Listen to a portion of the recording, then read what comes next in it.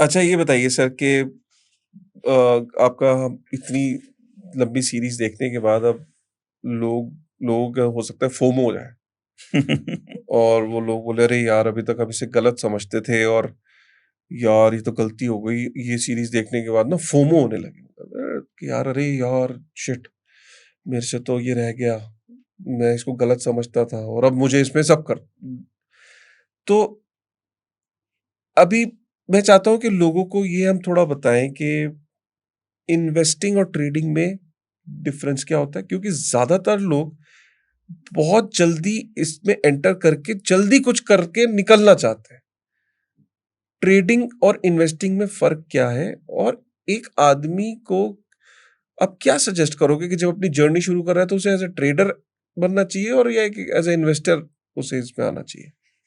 देखिए, मैं ये सीधा-सीधा आपको कहूँगा कि इन्वेस्टर है स्टेप 1 और ट्रेडर है स्टेप नंबर 4। अब आप कहेंगे कि यार स्टेप 1 के बाद तो स्टेप 2 आता हाँ है, मैं यही सोच रहा था तो ये स्टेप 4 कैसे हो गया? उसका एक बड़ा सिंपल सा नुस्खा मैं आपको बताता हूँ। स्टेप 1 वो होता है जब आप एक चीज को टेस्ट करते हो। ओके, मैं मान लीजिए आपको उदाहरण देता हूँ कि आपको क्रिप्टो के बारे में बहुत थोड़ा पता है। आपने कभी क्रिप्टो बाय नहीं किया, कभी सेल नहीं किया, नया-नया आपको प्राइवेट की क्या होती है वगैरह-वगैरह। आपको ईथर क्या होता है, बिटकॉइन क्या होता है, बैट क्या होता है, सोलाना क्या होता है, नहीं पता है। पर आप चाहते हैं कि मुझे समझ में आए। तो मैं आपको कहता हूँ कि पहला स्टेप लो, ₹10,000। जो पैसा अगर गुम भी हो जाए, खत्म भी हो जाए, लूज़ भी हो जाए, कोई गलती आपसे हो जाए तो आपको लगेगा चल ठीक है 10,000 ही गया, कोई बात नहीं। तो पहला स्टेप है 10 और 20,000 के बीच में इन्वेस्ट करो। थोड़ा-सा बिटकॉइन खरीद लो। आप $100 का भी बिटकॉइन खरीद सकते हो। सो इससे कोई टेंशन नहीं है। आप $20 का भी आप ईथर खरीद सकते हो। तो 10-20 हज़ार रुपए का आपका पहला स्टेप है। आप उस स्टेप को लो, 2, 3, 4 कॉइन्स खरीदो और बेचो। खरीदो। कहाँ से खरीदे पहला स्टेप कहाँ से ले देखिए, हिंदुस्तान में बहुत सारी क्रिप्टो करेंसी एक्सचेंजेस हैं। तो पहले तो लोग कहते थे कि वजीर एक्स से खरीद लो, पर वजीर एक्स इस समय क्रेडिबिलिटी क्राइसिस का शिकार है और लोगों के फंड्स वहां ब्लॉक हो चुके हुए हैं। तो मैं कहूंगा कि आज की तारीख में जो नई उभरती हुई एक्सचेंजेस हैं, आप वहां चले जाइए। आप मुड्रेक्स में जा सकते हैं, आप कॉइन डीसीएक्स में जा सकते हैं, आप जेप में जा सकते हैं। तो ये आपकी चॉइस है, आप कहाँ जाना चाहते हैं।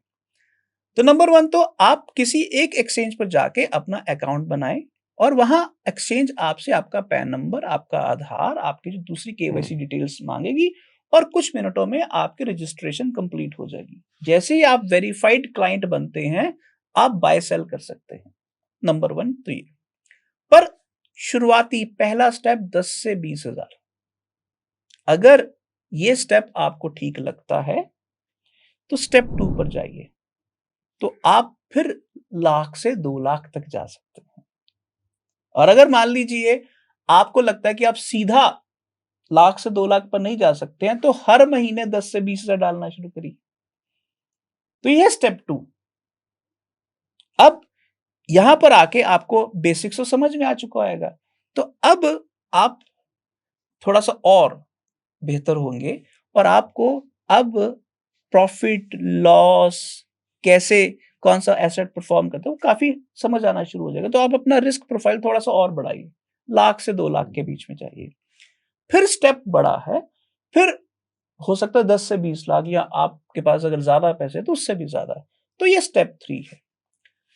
किसी भी क्रिप्टो के इन्वेस्टर को ये 3 स्टेप्स इकट्ठे नहीं लेने चाहिए। एक स्टेप लिया, उसके कुछ हफ्ते बाद दूसरा, कुछ हफ्ते बाद तीसरा। अगर आप सीधा तीसरे पर जंप करने की कोशिश करेंगे तो गलती होने के चांसेस उतने ही ज्यादा हैं। अब फर्क सिर्फ ये है कि कोई बंदा दूसरा स्टेप 2 महीने में भी ले सकता है, 2 साल में भी ले सकता है और 2 हफ्ते में भी ले सकता है। ये उसकी समझ है, ये उसकी एफिशिएंसी है, वो कितनी जल्दी उसको सिस्टम समझ में आ जाता है। बट आपको स्टेप ये 3 ही लेने पड़ेंगे, स्टेप 1, स्टेप 2, स्टेप 3। अब आता है स्टेप 4। अगर आपका स्टेप 1 सही पड़ा, स्टेप 2 पर आ गए, स्टेप 2 भी सही पड़ा, लर्निंग होगी स्टेप 3 पर। जब आप 10 से 20 लाख के एसेट पोर्टफोलियो के ऊपर आप पहुंच गए, तब आपको लगता है कि यार मैं इस चीज को अपना बिजनेस बनाना चाहता हूं। अगर मैं इस चीज को रोज बाय सेल करना शुरू कर दूं तो मैं इससे हर रोज थोड़ा प्रॉफिट निकाल सकता हूं। तो जब आप रेकरिंग इन्वेस्टमेंट करते हैं, बाय सेल करते हैं, तो इसका मतलब है कि अब आप इन्वेस्टर नहीं हैं, आप ट्रेडर हैं। तो ये हो गया स्टेप 4। अगर आप ये 4 स्टेप्स के अंदर नहीं चलेंगे तो गलती करेंगे।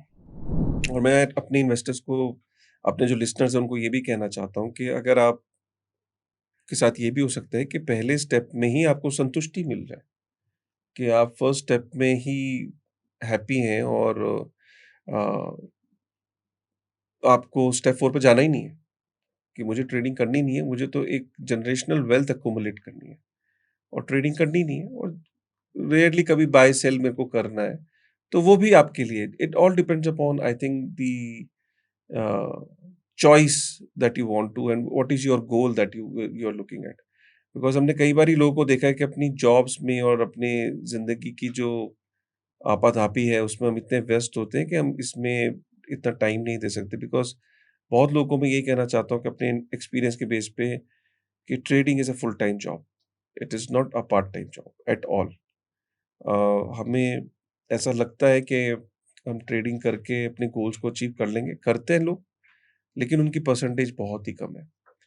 और इसीलिए आप गोल्ड के अंदर अगर आप देखें, मैं इसको फिर गोल्ड पे एग्ज़ाम्पल लेके जाना चाहूँगा कि कमोडिटी एक्सचेंज में बहुत कम लोग आपको गोल्ड में ट्रेड करते हुए दिखेंगे। लेकिन गोल्ड के अंदर जनरेशनल वेल्थ बनाते हुए लोग आपको ज़्यादा दिखेंगे, जो गोल्ड के अंदर रेगुलर इन्वेस्टमेंट कर रहे हैं, वो बाय कर रहे हैं, बाय कर रहे हैं, बाय कर रहे हैं, सेल नहीं करते हैं। जनरली गोल्ड का नंबर बहुत कम आता है घरों में, जब सेलिंग की बात आती है। और ट्रेडिंग रेयरली आप किसी को देखोगे कमोडिटी एक्सचेंज पे जाके गोल्ड के फ्यूचर्स में या गोल्ड के अंदर ट्रेड कर रहा है। तो सिमिलरली अगर आपका गोल वेल्थ क्रिएशन है और वेल्थ क्रिएशन आप एक लॉन्ग टर्म सस्टेनेबल तरीके से अचीव करना चाहते हो, तो आप स्टेप 1 पे भी रुक सकते हो।